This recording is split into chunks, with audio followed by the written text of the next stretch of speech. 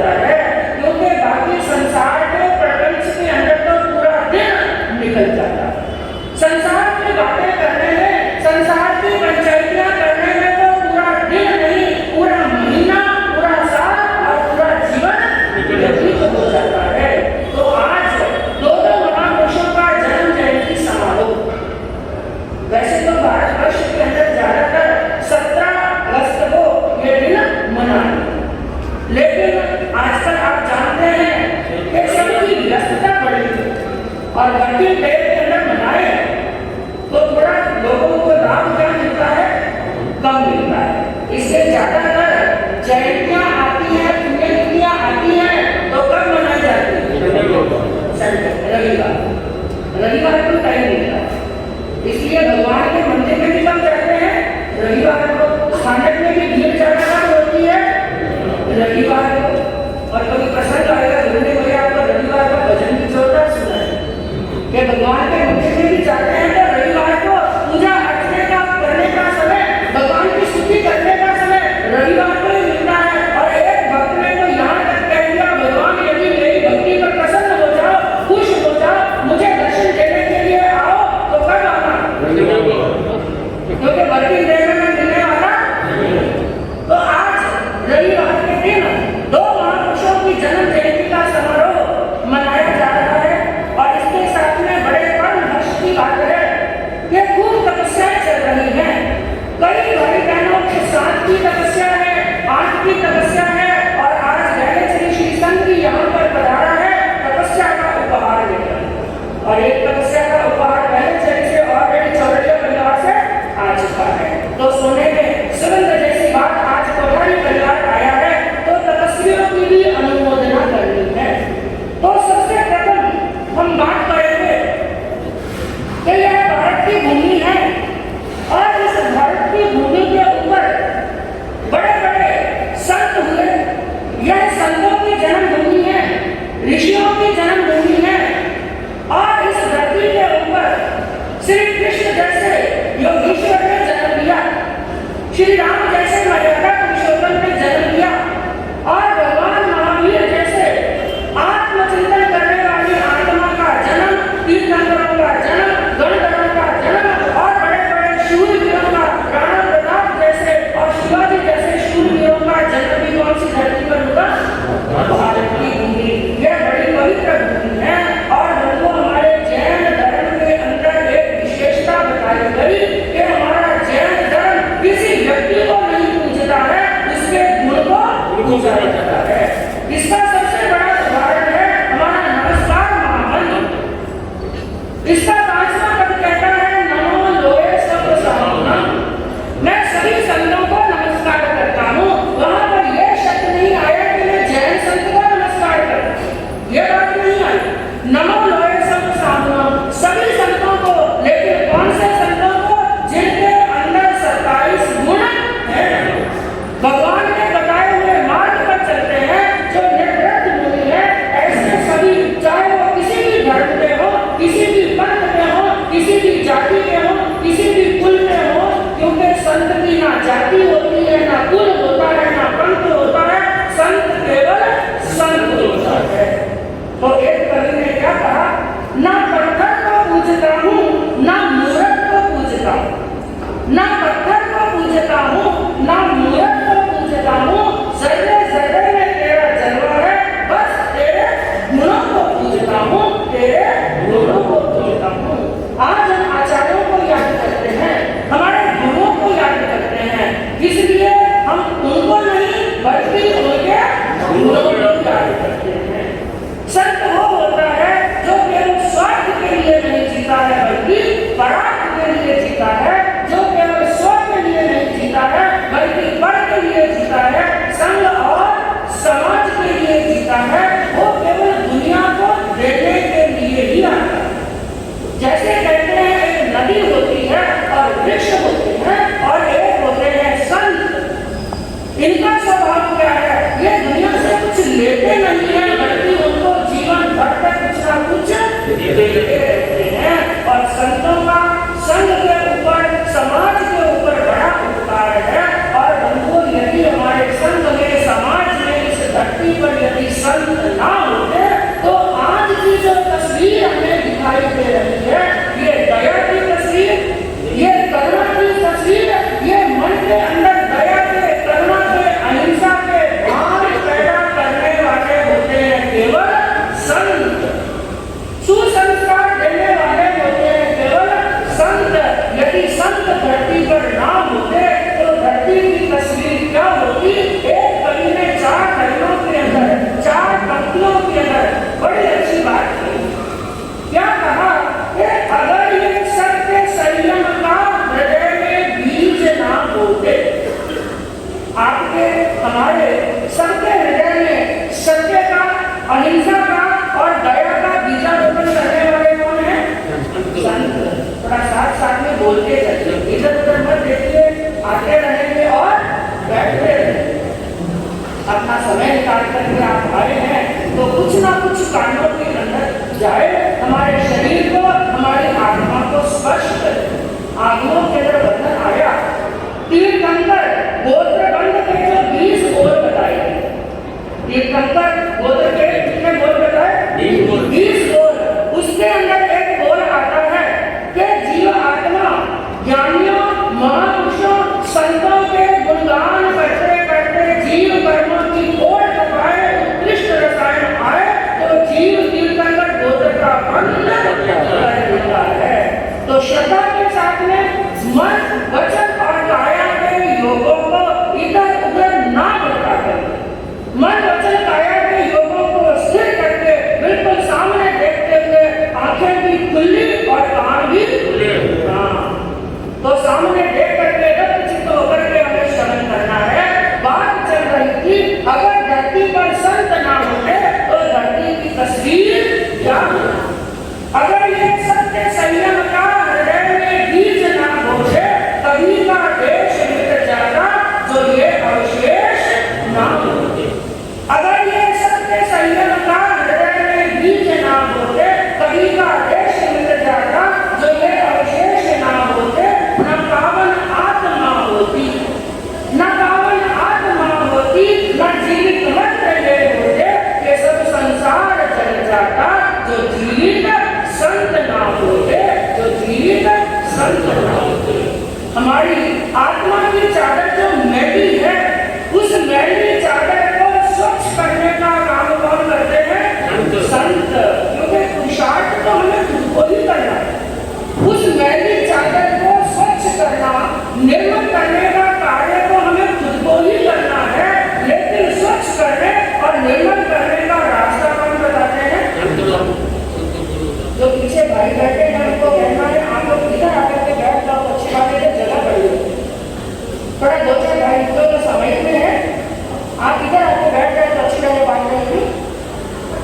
इधर आ जाओ साहब, इधर आ जाओ, जगह पड़ी है, जगह पूरी कर लो।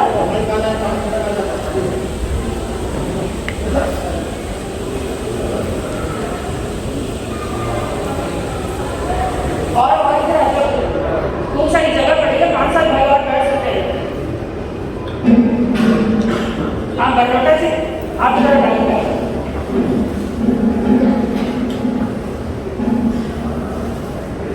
तो बात कर रहे थे आचार्य श्री आनंद ऋषि जी महाराज साहब। नाम ही कितना अच्छा, जीवन में क्या चाहिए? किसी चीज की तो कमी है, बाकी किसी चीज की कमी नहीं है। लक्ष्मी पुत्र है, सब कुछ है, घर के अंदर सभी साधन हैं और सभी भौतिक सामग्री है। यदि मनुष्य के जीवन के अंदर कुछ नहीं है तो वो क्या नहीं है? शांति और आनंद। शांति मिल जाए और दूसरा मिल जाए आनंद, फिर और क्या चाहिए? तो जिन्होंने यथा नाम तथा गुण अपने नाम को सार्थक किया, नाम भी आनंद और जीवन में भी आनंद, और जिसने उनके दर्शन किए उनकी आत्मा में भी।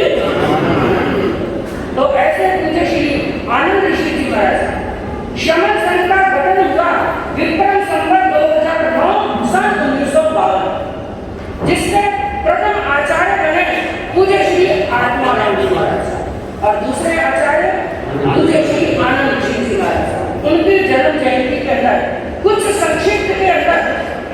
बचपन के बारे में, दीक्षा के बारे में कुछ प्रकाश डालने का प्रयास करूंगी।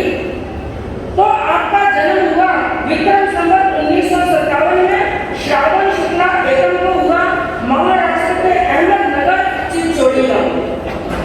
आपके पिताजी का नाम श्रीमान देवी चंद्रिसा गुडिया और माता का नाम गुलसा बाई थी। और बचपन के अंदर जब जन्म हुआ बच्चे का नाम रखा गया नीलचल। लेकिन धीरे धीरे उनका एक और नाम पड़ गया, वो था गोटीराम। क्या नाम पड़ गया? गोटीराम। माता पिता ने तो नाम रखा नीलचंद, लेकिन गली मोहल्ले वालों ने उनका नाम बदल करके क्या रख दिया? गोटीराम। इसके पीछे भी रहस्य था। गोटीराम क्यों रखा? गोटीराम रखने का कारण यह था कि मुझे श्री जब बचपन के अंदर मात्र 5-6 साल की 7 साल की उम्र की, बहुत छोटी उम्र की, उसी समय वो कविताओं की यानी कवियों की गोष्ठियां करने लगे। इतने अच्छे कवि थे, इतने अच्छे संगीतकार थे कि कई कवि आकर के उनके पास में बैठते, उनके अंदर बीच प्रमुख रहे। इतनी अच्छी अच्छी कविताएं बोलते थे और कवियों की गोष्ठियां करते थे। तो गोष्ठियां करने के कारण से गोष्ठी से नाम पड़ गया गोटीराम। जो कवियों की गोष्ठियां करते थे तो लोग उनको गोटीराम कहने लगे। सुंदर संगीत की कला थी और बड़ा कवि उनके पास में था। और कहते हैं कि जो आगे चल करके बड़े महान बनने वाले होते हैं, लेकिन उनके जीवन के अंदर कई प्रकार के संकट, कई प्रकार के अटकाव जरूर आते हैं। और जो अटकाव से घबरा जाता है, उन ठोकरों से घबरा जाता है, वो कभी महान बनने वाला नहीं। जैसे एक पत्थर जो टांची काट की उस टांची को सहन कर लेता है, एक पत्थर से जो प्रतिमा बनाने वाला कलाकार है, उस कलाकार की टांची की मार को सहन कर लेता है, वही पांव में मुड़ने वाला पत्थर भी एक दिन मंदिर के अंदर प्रतिमा बन जाता है। और सभी लोग, जो पत्थर लोगों की पांव की ठोकरें करता था, और वही पत्थर के सामने जब वो प्रतिमा बन गया, लोगों का सिर उसके सामने झुक जाता है। लेकिन कौन सा पत्थर? जो टांची की मार को सहन कर लेता है। और जब टांची की मार खाते खाते पत्थर बीच में टूट गया, मार को सहन नहीं किया, तो वो पत्थर प्रतिमा बनने वाला। इसलिए जीवन के अंदर यदि संकट आए, समस्या आए, तो घबराना, सोच लेना मेरी परीक्षा हो रही और मैं यदि परीक्षा में फेल हो गया तो अपनी मंजिल तक, शिखर तक पहुंचने वाला नहीं हूं। तो कहते हैं कि सबसे पहले संकट आया जीवन के अंदर मात्र 8 साल की उम्र। 8 साल की उम्र के अंदर पिता का साया, इतनी छोटी उम्र हो और पिता। और ये बात केवल आनंद श्री जी महाराज साहब की नहीं है। आप मदर टेरेसा जी के बारे में सुनेंगे, पूज्य श्री पन्नालाल जी महाराज साहब के बारे में सुनेंगे, चाहे हस्तिमल जी महाराज साहब के बारे में सुने, बड़े बड़े संतों का आपको, चाहे गणेशी लाल जी महाराज साहब का भी गणेश जयंती के ऊपर आप भजन सुनेंगे। माता का वियोग, पिता का वियोग, दादी का वियोग और भाई का, क्योंकि ये वियोग जो होते हैं ना, ये दुख होते हैं, ये परीक्षा लेते हैं कि ये कैसे कैसे संकटों को पार करना। तो पिता का वियोग हो गया और एक कवि ने क्या कहा कि मुश्किलें दिल के इरादे आजमाती। हमारे दिल के इरादे कितने मजबूत हैं, हम कितने मजबूत हैं, ये मुश्किलें आती हैं उन इरादों को आजमाने के लिए। कि मुश्किलें दिल के इरादे आजमाती हैं, स्वप्न के पर्दे निगाहों से गिरा। एक सपना देखता रहता है ना, लेकिन जितने भी सपने होते हैं, इन संकटों के कारण से एक बार सबके सब सपने टूट जाते हैं। तो कहा मुश्किलें दिल के इरादे आजमाती हैं, स्वप्न के पर्दे निगाहों से गिराती हैं। हौसला मत हार, गिर कर ऐ मुसाफिर, हौसला मत हार, गिर कर ऐ मुसाफिर। ठोकरे इंसान को चलना सिखाती है, ठोकरे इंसान को चलना सिखाती है। और जिसने जीवन के अंदर ठोकर खाई नहीं, उसको सच्चे मायने में चलना आया नहीं। 8 साल की उम्र पिता का वियोग हो गया। अब माता अपने बच्चे को धर्म के संस्कार देने लगी और एक बार का प्रसंग हुआ जब उनकी 8 साल 8 साल की लगभग उम्र थी तो एक बार उनको उनकी माता अहमदनगर के अंदर एक चातुर्मास चल रहा था, महासती श्री राम कुंवर जी महाराज, और माँ ने कहा बेटा चलो महासती जी का प्रवचन सुनने के लिए चलते हैं, क्योंकि ये माता और पिता की ड्यूटी होती है, उनका कर्तव्य होता है कि बच्चों को धर्म के संस्कार दे। यदि आप बचपन के अंदर अपने बच्चे की उंगली पकड़ करके उनको धर्म स्थान पर नहीं लेकर के गए तो याद रखना बुढ़ापे के अंदर आप ही उंगली पकड़ करके आपका बेटा और पोता आपको स्थान में लाने वाला नहीं है। यदि आप चाहते हैं मेरा जिस दिन शरीर अशक्त हो जाएगा, मेरी इंद्रियां जवाब दे देगी, मेरे पांव लड़खड़ाने लगेंगे, मैं खुद के पांव पर चल करके धर्म स्थान पर ना आ सकूं, मैं चल करके साधु संतों के दर्शन ना कर सकूं, उस दिन मेरा बेटा और पोता मेरा हाथ पकड़ करके या मुझे गाड़ी पर बिठा करके धर्म स्थान पर लेकर के जाए, तो आज से ही शुरुआत कर लेना कि अपने बच्चे की उंगली पकड़ करके धर्म स्थान पर अवसर आ रहा है। 27 तारीख को सामूहिक दया गुरुदेव की जयंती के 8 दिन से कार्यक्रम शुरू हो रहे हैं और उस दिन सभी भाइयों को, सभी बहनों को और अपने अपने छोटे मोटे नन्हे मुन्ने पोते और पोतियों को, बेटे और बेटियों को साथ में लाना है और उनको बताना है दया क्या होती है, धर्म स्थान क्या होता है, संत क्या होते हैं और सामाजिक क्या होती है। यहाँ पर आएंगे तभी कुछ सीखेंगे, घर में बैठे बैठे तो टीवी और मोबाइल चलाने सीखेंगे। इसलिए बच्चों को संस्कार देना माता पिता का कर्तव्य होता है। तो माता अपने बच्चे की उंगली पकड़ करके लेकर जाती है अहमदनगर के अंदर, जहाँ पीछे महासती श्री राम कुंवर जी महाराज अपना चातुर्मास चल रहा है। वहाँ पर गए, प्रवचन हुआ, मंगलिक हुआ, वंदना की और वहाँ से रवाना हो गए। वो पुराना जमाना था, उस समय ये ऑटो रिक्शा तो चलते नहीं थे, टांगे चलते थे, देखा आपने, टांगे चलते थे। तो टांगे में बैठे और टांगे में बैठ करके वापिस अपने गांव को लौट रहे थे। अचानक बीच में न जाने के पत्थर आ गए, इस कारण से वो टांगे के अंदर एकदम वो उछला, घोड़ा उछला और वो टांगा उछला और वो छोटा सा बच्चा टांगे से नीचे गिरा और नीचे भी इस तरह से गिरा कि उस टांगे का जो पहिया, भारी भरकम पहिया था, उस बच्चे के पेट के ऊपर से निकला। अब आप सोचो 8 साल का नाजुक बच्चा, उसके पेट पर से इतने भारी तांबे का पहिया निकल जाए तो क्या स्थिति होगी। माँ ने क्या सोचा कि मेरा बेटा तो गया। माँ ने रोना शुरू कर दिया, लेकिन ज्ञानी क्या कहते हैं, जाको राखे सानिया मार सके ना कोई, बाल न मांगा कर सके जो जग बेटी हो। जिसकी लंबी उम्र है, जिसको संघ और समाज के लिए इतना कुछ करना है, वो ऐसे दुनिया से जाने वाले। माँ तो रोने लगी और विलाप करने लगी, लेकिन कुछ ही क्षण के अंदर बच्चा डरा हुआ और अपने कपड़े चलने लगा। क्या हुआ माँ, आप क्यों रो रहे हो? माँ हैरान, बेटा तू स्वस्थ है? हाँ माँ, मैं बिल्कुल स्वस्थ हूँ। तो माँ ने क्या कह दिया, बेटा ये गुरनी मैया के मंगली का प्रभाव है, ये सतिया जी के मंगली का प्रभाव है, बाकी आज तू बचने वाला नहीं। बस ये सेंटेंस सुना, ये प्रभाव किसका? मंगली। उस बच्चे के मन में चिंतन चलने लगा, संत दर्शन का और संतों के मुख से मंगली श्रवण किया, उसका इतना बड़ा प्रभाव पड़ गया कि मैं मौत के मुंह में चलकर के बच गया। यदि जो शरण मंगली के अंदर बताए गए, और मंगली में कितने शरण बताए? 4 शरण, जिसको केवल सुनने से मेरे प्राण बच सकते हैं।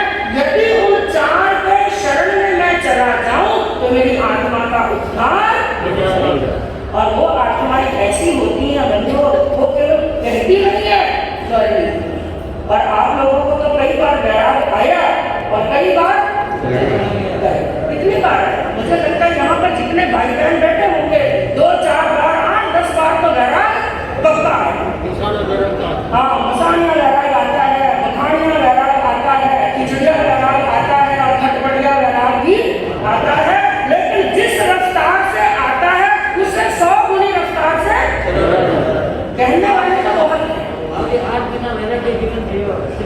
बहुत बहुत साधु बहुत है, कोई बात नहीं, कभी वापिस जागृत होगा।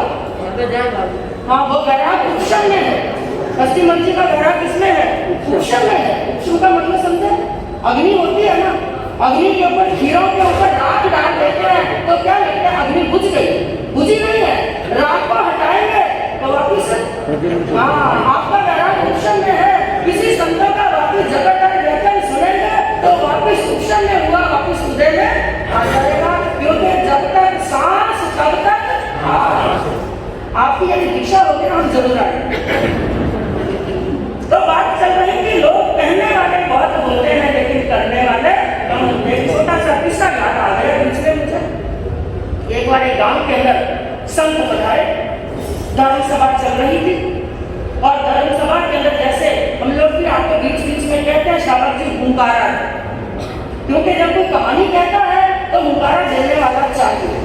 क्योंकि हम हमारे डॉक्टर सिंह का बड़ा हुंकारा देते हैं, हम सोचते हैं आप भी जोरदार हुंकारा दे, बड़ा अच्छा है, वक्ता को अच्छा लगता है यदि कोई हुंकारा देता है। लेकिन वहां पर सब प्रवचन कर रहे थे, वहां पर एक श्रावक जी सबसे आगे बैठते और बड़ा जोरदार हुंकारा देते। जब भी कोई बात होती, कोई प्रश्न पूछते, संतों का सवाल प्रवचन देते हैं तो कोई ना कोई प्रश्न तो आ ही जाता है। वो एक ही उत्तर देते, खमा नहीं अंदाता आप फरमाइए आप ज्ञानी, खमा नहीं अंदाता आप फरमाओ आप ज्ञानी। हुंकारा बड़ा जोरदार। संतों ने विचार किया, लगता है ये श्रावक जी बड़े ज्ञानी, बड़े जान वाले, सारा बड़ा जोरदार देते। 2 दिन 4 दिन हुआ, लेकिन एक दिन विचार आया, क्योंकि कुछ बादल होते हैं गरजने वाले और कुछ होते हैं बरसने वाले। ये गरजने वाले बादल हैं या बरसने वाले, इसका परिचय किया जाए। अब संतों ने ये बात ठान ली और एक दिन प्रवचन चल रहा था। प्रवचन चलते चलते संतों ने बीच में उन्हीं श्रावक जी को इंगित करके प्रश्न पूछ लिया, श्रावक जी भगवान महावीर स्वामी का जन्म कहाँ पर हुआ? हमारा गणियन दाता आप फरमाइए आप।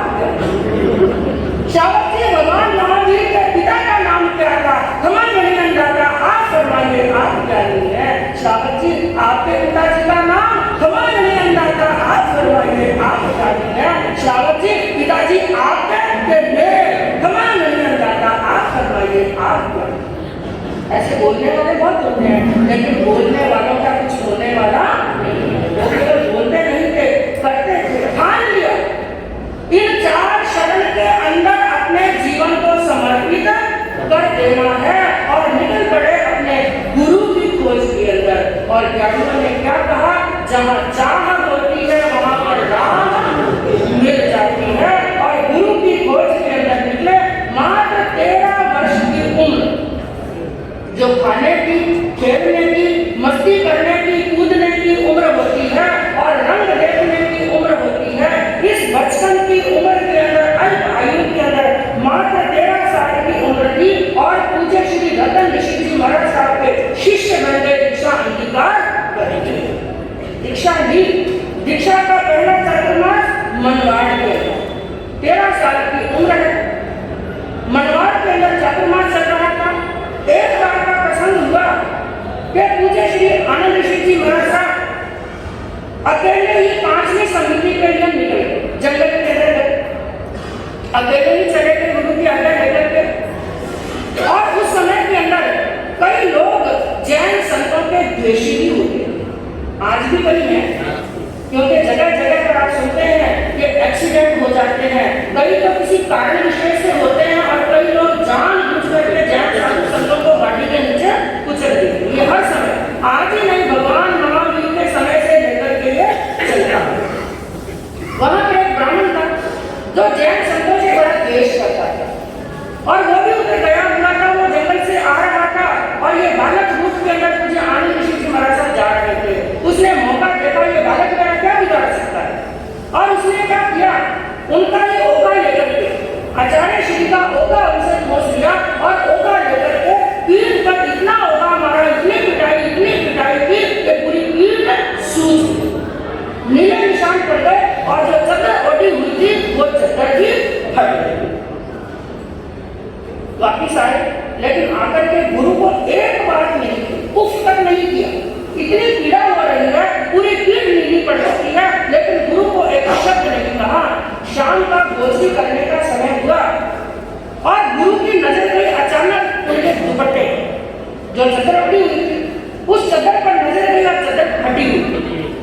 अब गुरु ने गुस्सा किया, क्योंकि वो तो पालक है। आप लोगों के लिए, हमारे लिए संत है, लेकिन गुरु के लिए क्या है? बच्चे, और बच्चे को समझाना जरूरी। उन्होंने जब चदर फटी हुई देखी तो गुरु ने डांटा, क्या तुम विवेक नहीं रखते हो? यदि अपने कपड़ों का तुम ध्यान नहीं रखोगे तो अपने साधु जीवन का कैसे ध्यान रखोगे? संयम मर्यादा का कैसे ध्यान रखोगे? अपने पहने हुए वस्त्रों की रक्षा नहीं कर सकते? कुछ नहीं बोले, मौन हो गए। जब गुरु ने ज्यादा डांटा और गुरु डांट करके एक स्थान पर बैठ गए और वो चुपचाप विनय की मूर्ति, सरलता की मूर्ति, चुपचाप गुरु की डांट सुनते रहे। जब गुरु शांत होकर के एक स्थान पर बैठे तो आनंद ऋषि जी महाराज अपने गुरु के पास में गए, 3 बार वंदन किया, नमस्कार किया, वंदन नमस्कार करके अपने पीठ पर पड़ी हुई चदर को उठाया और पीठ को क्या किया? सामने किया। गुरुदेव ये दृश्य देखा, गुरु की आंखों में आंसू आ गए। कहा क्या हुआ? और पूरी घटना बताई, ऐसे ऐसे करके उस ब्राह्मण ने मुझे मारा। उस समय गुरु के मुख से शब्द निकल गए कि हे आनंद, इस उम्र के अंदर, इस बालक जैसी उम्र के अंदर, छोटी उम्र के अंदर तुमने इतना परिचय सहन कर लिया। जा मेरा आशीर्वाद है, तू जीवन के अंदर कितना भी बड़ा संकट आएगा, कितनी भी बड़ी समस्या आएगी, हर समस्या को बड़े हंसते हंसते तू पार करेगा। तू आज परीक्षा के अंदर पास हो गया। और उनका बंधु विनय इतना जोरदार था, उनकी सरलता, उनका विनय इतना जोरदार। कहते हैं कि जब खूब बड़ी उम्र हुई, वृद्धावस्था के अंदर भी ऐसी स्थिति के 2 शिष्य उनको पकड़ करके हाथ से पाट से नीचे उतारे। इतनी वृद्धावस्था शरीर के अंदर, इंद्रियां क्षीण हो गई, उम्र बड़ी हो गई, हाथ पांव थक गए। यदि पाट से नीचे उतरना है तो भी 2 शिष्यों की क्या पड़ती थी? जरूरत पड़ती थी।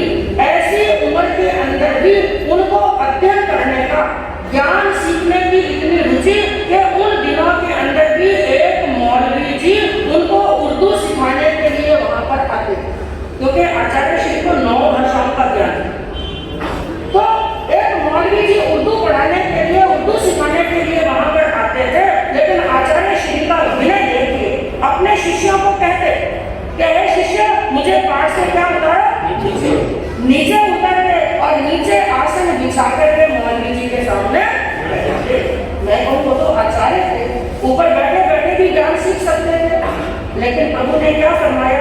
जिस समय हम ज्ञान सीख रहे हैं तो ज्ञान सिखाने वाला चाहे हमसे उम्र में छोटा है, चाहे पद में छोटा है, चाहे किसी चीज में भी छोटा है, लेकिन ज्ञान सिखाने वाला गुरु के समान होता है। और ज्ञान कब आता है?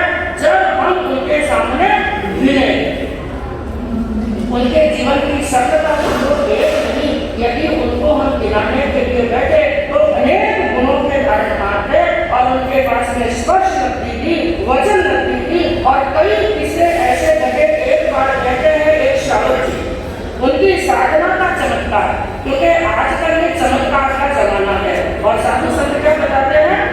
चमत्कार। और आप लोग भी क्या पसंद करते हैं?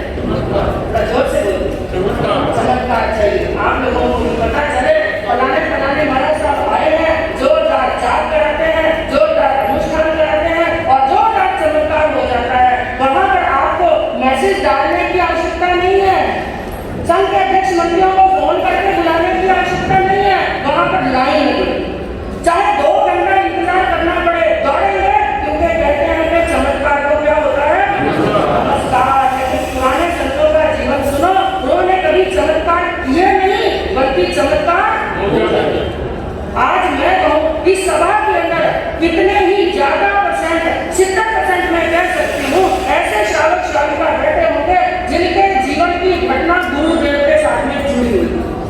कितने ही लोग हमें आकर के बताते हैं गुरुदेव ने ये बात कही सत्य हो गई, ये बात कही सत्य हो गई। वो चमत्कार बताते नहीं थे, चमत्कार हो जाते। तो एक बार का किस्सा आता है कि एक श्रावक जी पूज्य आचार्य श्री के दर्शन करने के लिए आए और वो भी टांगे में बैठ करके आए, स्थानक में पहुंचे और वहां पर उतर रहे थे कि अचानक ना जाने कहां से एक सांप आ गया, विषधर आ गया। श्रावक जी अपना सामान उतार कर स्थानक में ले जा रहे थे, लेकिन इधर से सांप आया और उस जहरीला सांप काट करके वो तो भाग गया, लेकिन जहर इतना जोरदार के शरीर नीला पड़ने लगा और उसमें से चांद निकलने लगा। श्रावक जी घबरा गए। अब ये व्यक्ति हाथों हाथ मर जाए, हाथ पांव जूझने लगे और गए द्वारका के अंदर जाकर आचार्य श्री को प्रार्थना की, आचार्य श्री वो व्यक्ति मर जाए, उसके प्राण निकल जाएंगे, विष डर ने उसको डस दिया। आचार्य श्री ने कहा चिंता करने की आवश्यकता है, चिंता मत करो, धर्म रक्षित, जो धर्म की रक्षा करता है धर्म उसकी रक्षा करता है। धर्म पर विश्वास रखो, धर्म पर आस्था रखो। कहते हैं आचार्य श्री वहां पर गए, वहां पर जाकर 2 मिनट ध्यान करके और ध्यान के साथ में उस मजदूर को मुंगली सुनाया और चमत्कार देखिए उनके मुंगली का। उनको ज्यादा बड़ा मुंगली देने की आवश्यकता, मात्र चतारी मंगलन में ही इतना चमत्कार होता था। मंगली सुनाया और देखते ही देखते उस मजदूर के शरीर का सारा जहर क्या हो गया, निकल गया और वो व्यक्ति खड़ा हुआ और उठ करके आचार्य श्री को वंदना की। तो ऐसा चमत्कार बंधुओं उनके जीवन के अंदर एक नहीं अनेक है। कई घंटों तक भी उनके गुणों का गुणानुवाद करते रहे तो कम पड़ने वाला नहीं है। और पूज्य श्री केवल मुनि जी महाराज जिनके जीवन के बारे में भी आपने सुना होगा कि बहुत जोरदार कवि और उन्होंने लगभग 500 से भी ज्यादा भजन जो कला प्रेमी थे और ज्ञान प्रेमी थे, संगीत प्रेमी थे और प्रसन्न चित्त रहने वाले ज्ञान प्रेमी का सबसे बड़ा उदाहरण जब जीवन का अंतिम समय आया, उन्होंने अपने श्रावकों के सामने क्या कहा, मेरे दुनिया से जाने के बाद में, मेरे मरने के बाद में मेरी कोई समाधि मत बनाना, मेरी कोई समाधि मत बनाना। यदि तुम कुछ मेरी याद में बनाना चाहते हो तो विद्या मंदिर बनाना, यानी स्कूल या कॉलेज बनाना। और आपके चेन्नई की ही घटना है, पढ़ने में सुनने में आई, एक श्रावक जी जो पूज्य श्री केवल मुनि जी महाराज साहब के पक्के भक्त थे, उन्होंने क्या कहा, गुरुदेव मैं आपके नाम का एक विमेन कॉलेज बनाना चाहता हूँ, लेकिन नाम उसका क्या रहेगा, आपके नाम। लेकिन केवल मुनि जी महाराज साहब ने क्या कहा, नहीं मेरे नाम का कॉलेज नहीं बनाना है, बल्कि भगवान महावीर के नाम का कॉलेज बनाना। और आज की परिस्थिति बिल्कुल अलग। साधु संत सबसे पहले कंडीशन क्या रखते हैं, मेरा नाम कहाँ पर आएगा, मेरे गुरु का नाम कहाँ पर आएगा, मेरा नाम आता हो तो मैं प्रेरणा दूं और मेरा नाम ना आता हो तो नहीं, तुम जानो और तुम्हारा काम जाने। और ये नाम की होड़ साधु संत समाज में भी लगी हुई है और श्रावक समाज के अंदर भी ये पूरा लग गया है। ये गुण की तरह अंदर ही अंदर खोखला करता जा रहा है।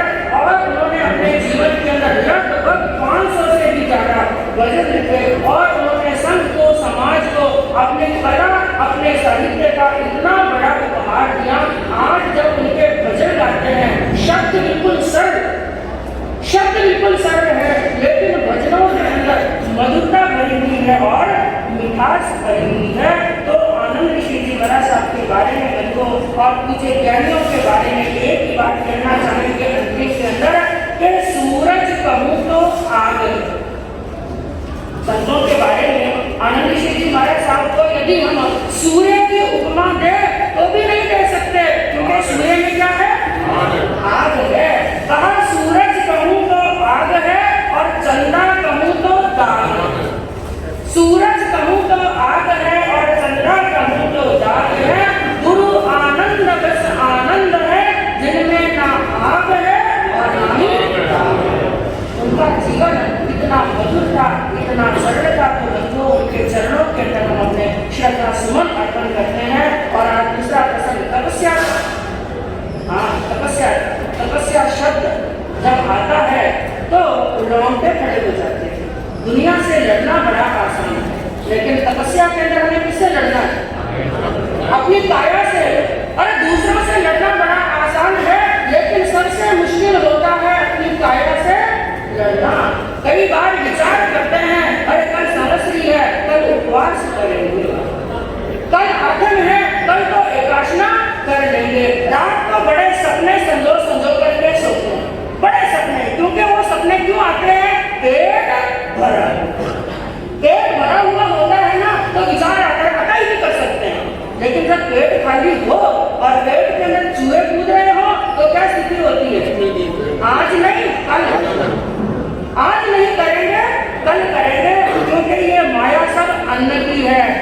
बिना चलने वाला नहीं। तो आज हमें अनुमोदना करनी है उन तपस्वी भाई और बहनों की जिनको किसी को 6 दिन हुए, किसी को 7 दिन हुए, किसी को 8 और 9 दिन हुए हैं।